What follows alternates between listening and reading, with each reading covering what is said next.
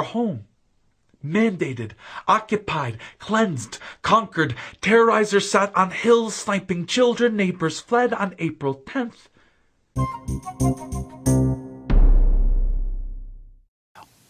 Jury trial. When the Predator drones, jury trial, you don't get any trial at all. None whatsoever.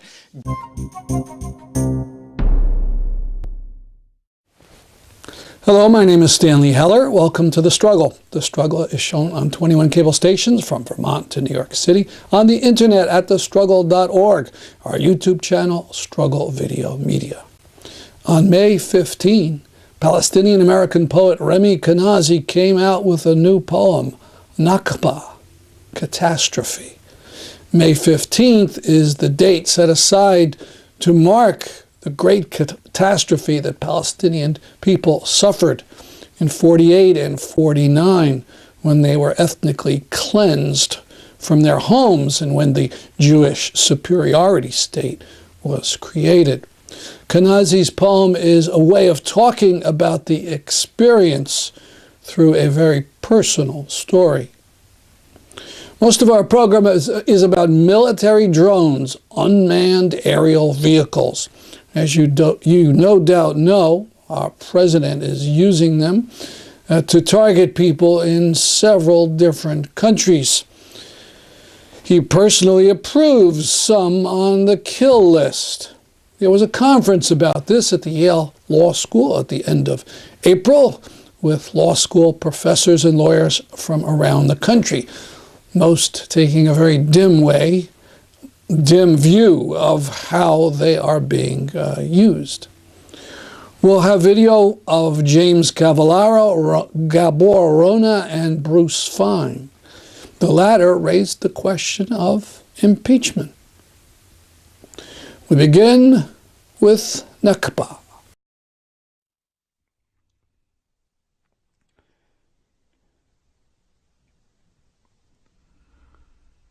She was scared. 7 months pregnant. Guns pointed at temples. Tears dropping, stomach cusped, back bent. Dirt pathways leading to dispossession. Rocking boats, waves crashing, people rushing, falling over each other, packing into small spaces. Like memories. Her home. Mandated, occupied, cleansed, conquered, terrorizers sat on hills sniping children, neighbors fled on April 10th. Word game of massacre. They stayed, didn't fight, didn't flee, shells and bombs bursting in air like anthems, prayed for the dead, with priests and imams, prayed for the living, looking over shoulders for the Irgun and Haganah. She's a warrior, raised life. Planted trees, painted fruit, as if the road was her garden, orphaned twice.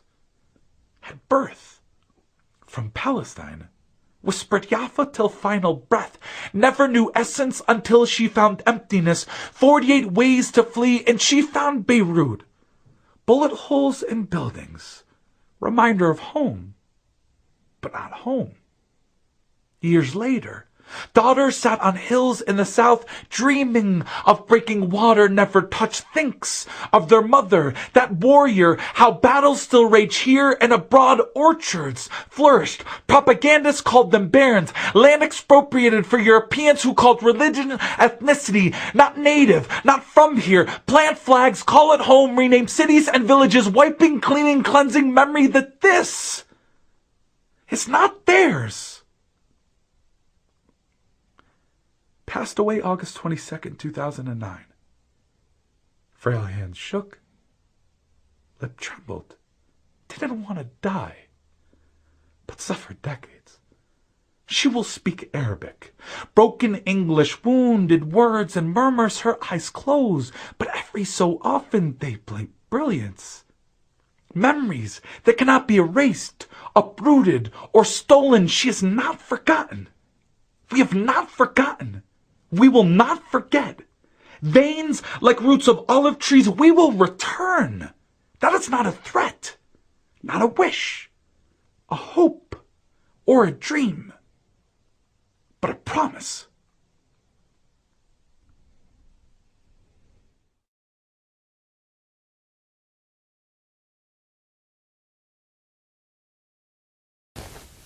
And now for the forum on drones held at the Yale Law School on April 27th.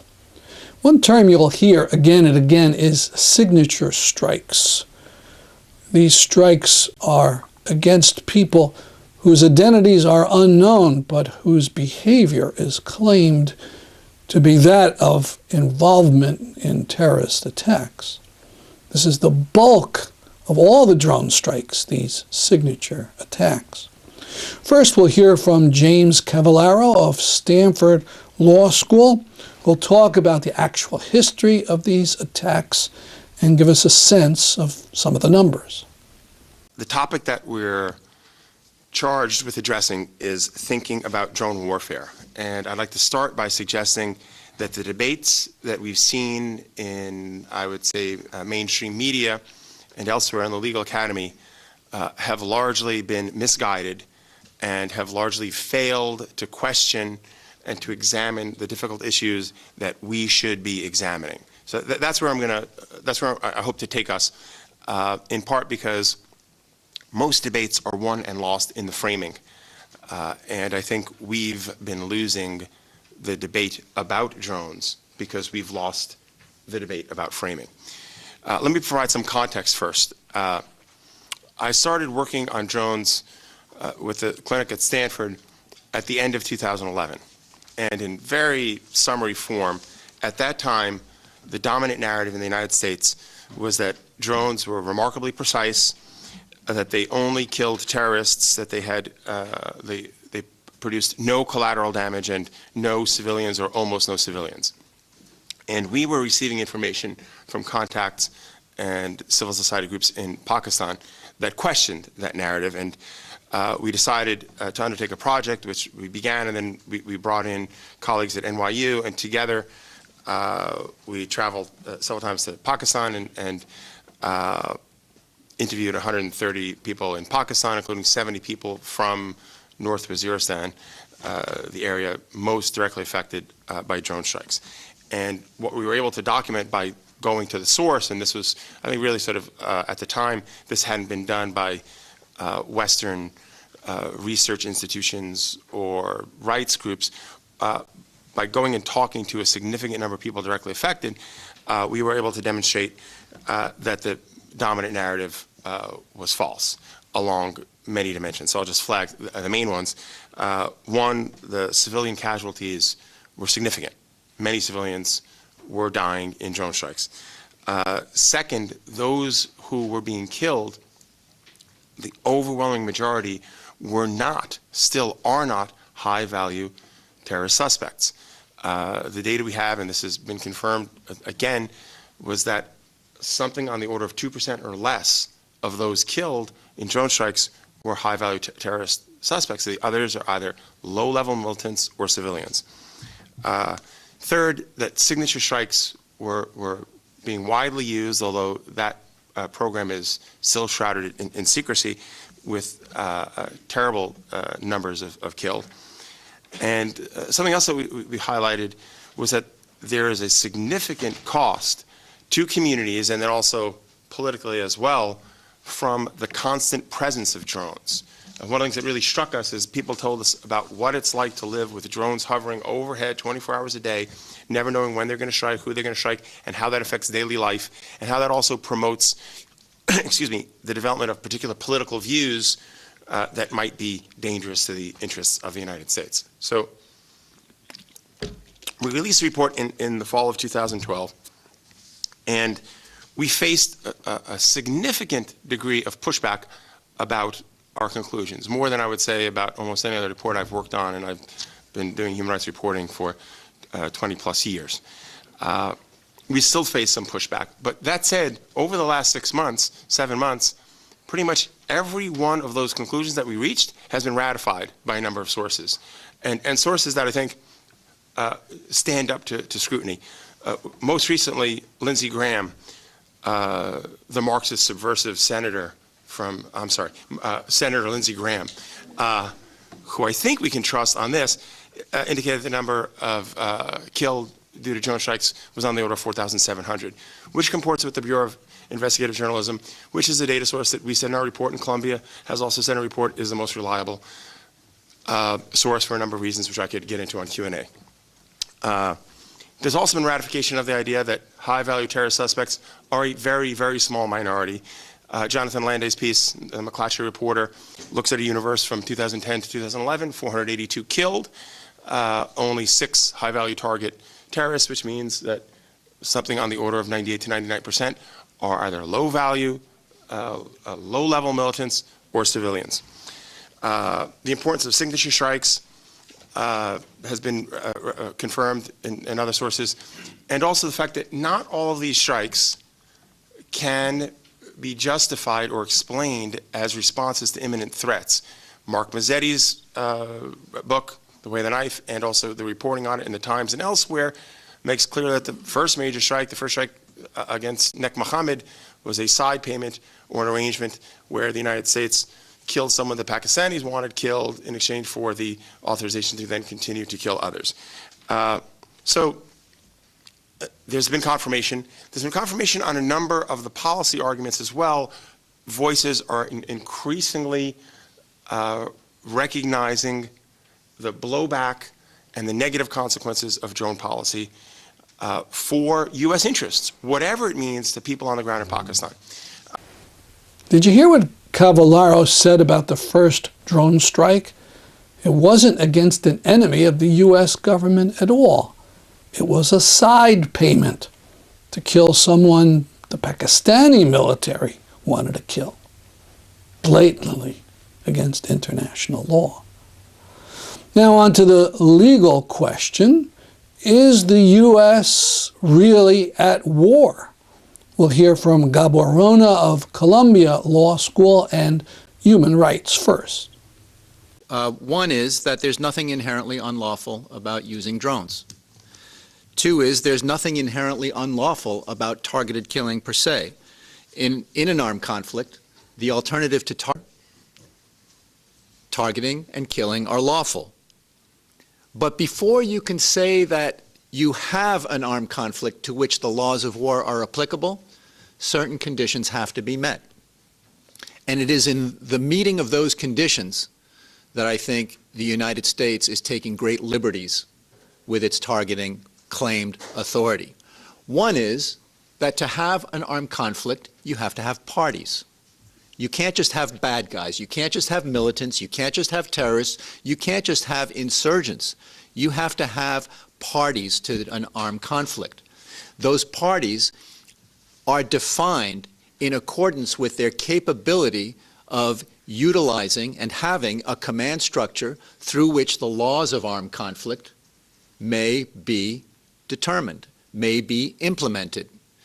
And if an entity is not sufficiently formulated so that it doesn't have a command structure, it doesn't have a hierarchy, it doesn't have the capacity, whether it wants to or not, to comply with the laws of armed conflict, then it isn't a party to an armed conflict.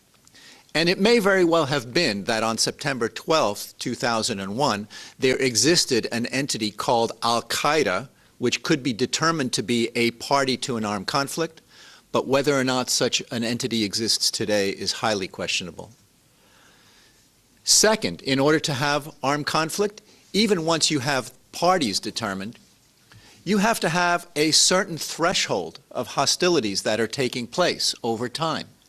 If you don't, then it is merely domestic and criminal law mechanisms that apply. If we didn't have that threshold requirement, then there simply would be no ability to distinguish between when killing is allowed in a rather promiscuous way that the laws of armed conflict allow it to exist, and the more limited ways in which killing extrajudicially is allowed in a criminal justice framework. We cannot cross those barriers willy-nilly. So although I have no problem with drones per se, I have no problem with targeted killing per se in armed conflict, there's a great deal to be discussed, debated, and as Jim said, one of the things that has simply not appeared in the debate, as important as it is this question of whether or not we ever were, and even if so, are we still in an armed conflict with the people who are the victims of targeted killing? Second, even if we do have an armed conflict, even if the context is one of war, the laws of armed conflict don't allow you to kill anybody and everybody. The most fundamental principle of the law of armed conflict is that of distinction. Distinction between what? Well, between combatants and civilians. And that's easy enough to determine when you've got Army A lined up against Army B on the beaches of Normandy. You know who's who, and you don't have to worry so much about distinguishing between civilians and combatants. But the kinds of warfare that take place today put an extra onus on parties to armed conflict to distinguish between combatants and civilians. And the laws of war require that if you are not sure whether someone is a fighter or not, you are to presume that they are not. The United States' criteria, what we know of it, for determining A, that there's an armed conflict, and B, that the people that we are killing are indeed killable in the frame of that armed conflict, simply do not comport with, do not rise to the level that is required by the applicable international law. Now, what about outside of armed conflict? Because surely a police officer can kill someone who's holding a hostage, say, without necessarily bringing that person to a judicial officer and having him or her charged with a crime and tried and convicted. There are circumstances in which lethal force can be used, again, extrajudicially. In international law, there is the recognition of the right of states to use force in their international relations when they are faced with an imminent threat. The concept of imminence is the key to the determination of when and against whom a state can use force in its international relations. Today, what we're seeing is a redefinition, a redescription down to just about zero of the concept of imminence by those who have spoken on behalf of the United States on this issue, such that we no longer have to have a recognized threat. We no longer have to have an existing attack. We no longer even have to have a recognition of a particular individual posing a particular danger that could result in lethal consequences to the United States or Americans. You can use force if you're on the point of being attacked, but as Rona explained, the U.S. is using that justification to excuse practically anything. Now, from Bruce Fein, with some very powerful accusations. Fein is a lawyer with the firm Litchfield Associates and is well known for his work on killings in Sri Lanka. The Predator drone program illustrates how the Constitution has been totally and completely torched. Bush, Cheney, Obama, the triumvirate of destruction of the Constitution. Let's think about the rudiments of due process in a non-Orwellian world. Right? We have, under the Predator drone program, one individual. He plays the prosecutor, the judge, the jury, and the executioner, all in secret. None of it's disclosed. That's the President of the United States. And there is no accountability, beforehand, afterwards, or otherwise. We have no idea whether anybody of the 4,000 killed was engaged in hostilities or otherwise. It's just, trust me, I never get it wrong. Well, that is the opposite of the rule of law. There is no trial. Remember, one of the indictments against King George III that provoked the Americans to overthrow the British was he denied us the right to jury trial. Jury trial, when the Predator drones, jury trial, you don't get any trial at all. None whatsoever. Due process, the recognition you get it wrong. Where is the check and balance? There's no congressional oversight. There are not even any written guidelines, how you get on the list, how you get off the list. There's no judicial involvement before or after the fact. We as a people, are we proud that we kill people with such recklessness? There's no limit and there's no accountability. Is that who we are? Is that the United States of America? To me, it sounds like the Soviet Union in the time of Solzhenitsyn and Sakharov, or Mao in the Cultural Revolution. You just kill people and say, oh, they're a threat to the United States. And that is what, in my judgment, this debate is about. And it's not just the predator drone issue. In some sense, I'd be more comforted that this is the only way we shipwreck the Constitution. Think of the idea of aggressive war. At Nuremberg, we said, initiating war without the justification of self-defense is a crime. The greatest crime of all, in the words of then Chief Prosecutor Robert Jackson. Iraq. Is there any argument that the war in Iraq was justified by self-defense? No accountability? All the presidents together down, where was it, Southern Methodist, applauding the new presidential library with W. Bush, all plaudits how great. Well, crime of aggression? Think of President Obama. He's declaring those who are implicated perhaps in the Benghazi killing, oh, well, we do war against them. Really, they are threatening the United States with an existential existence? And think in our Constitution itself, when it tries to define the thresholds of war, it refers to it in the conjunction of habeas corpus, times of rebellion or invasion. Is there no rebellion anymore? Appomattox Courthouse was over 100 years ago, right? Invasion? That's why the Supreme Court held in the Boumediene case, no, there is a right to habeas corpus. There's no invasion or rebellion standard that would justify suspending the habeas corpus right. And we are in the United States totally and completely complacent with our implication as citizens with the lawlessness of the United States. And we talk about how it is that we're supposed to set the examples abroad. Well, what is the example we're setting? Putin thinks that there's a Chechen, one who actually hates Russia rather than the United States, in Boston. Okay, predator drone comes in. And we say, well, we're going to retaliate against Mr. Putin because he invaded the United States. He says, well, we just followed the Bush-Obama doctrine. Yeah? We're following you.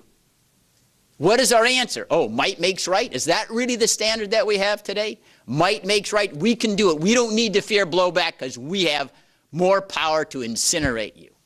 And that is, say, the psychology of empire that our founding fathers intended to repudiate.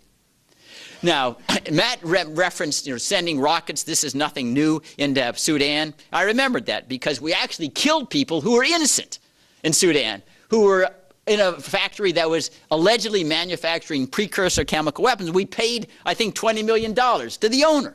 This showed you can get it wrong. With regard to Clinton's bombings, his war, Serbia, Kosovo, yeah, there was no authorization for war there either. It wasn't conducted in self-defense. He went to Congress and said, please declare war. Congress said no. He said, all right, what I'll do is bomb and say it's not a warfare. And there's the same kind of attitude, I think, one of your professors, Harold Coe, unfortunately is not here today. But you remember, he was the legal advisor at the State Department. At one time, he used to testify with me on panels against Matthew on the Military Commissions Act, I believe.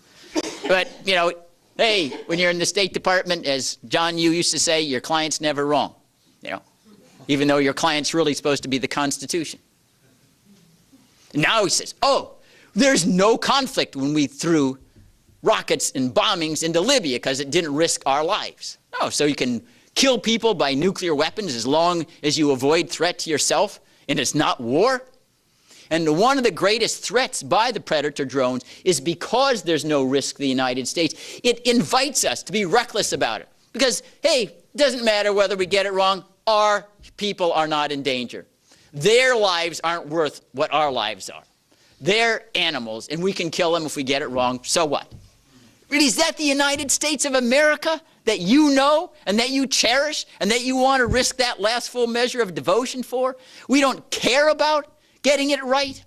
Now, people could say, well, but Mr. Fein, we then take risks. You know, like Boston. Yes, bad things can happen. There's no doubt there are evil people out there. But the whole idea of a republic is we accept risks that other people don't want to accept. We must accept risks if we don't want to be reduced to vassalage. Because if you want to live in a... And lastly, it's entirely appropriate that this conversation occur in this law school. Law students law professors, the legal community, were endowed with the responsibility for playing Paul Revere when tyranny was on the horizon.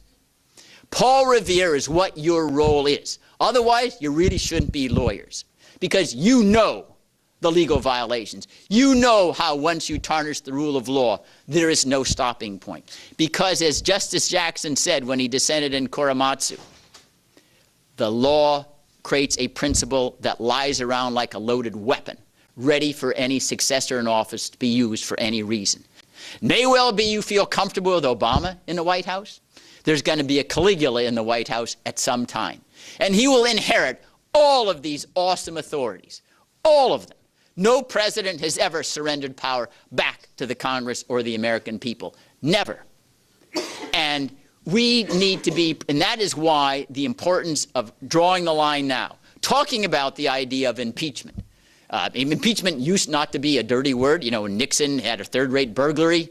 He refused to respond to congressional subpoena. He covered up the Watergate crimes. That was an impeachable offense. Now it's like, oh, well, impeachment has been whited out of the Constitution.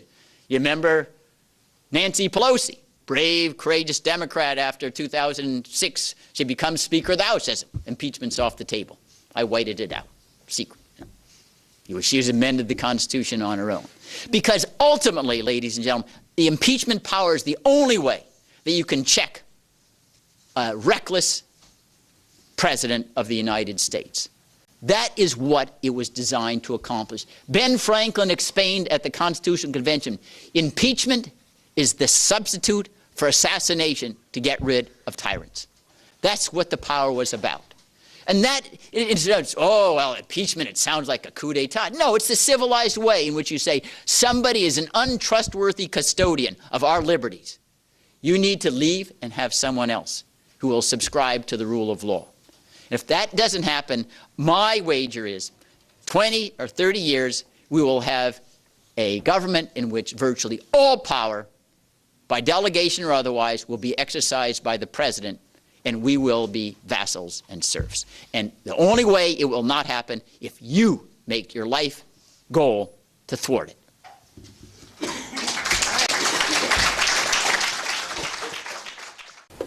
That's our program for today. See you next week at this time. I'm Stanley Heller, and this is The Struggle.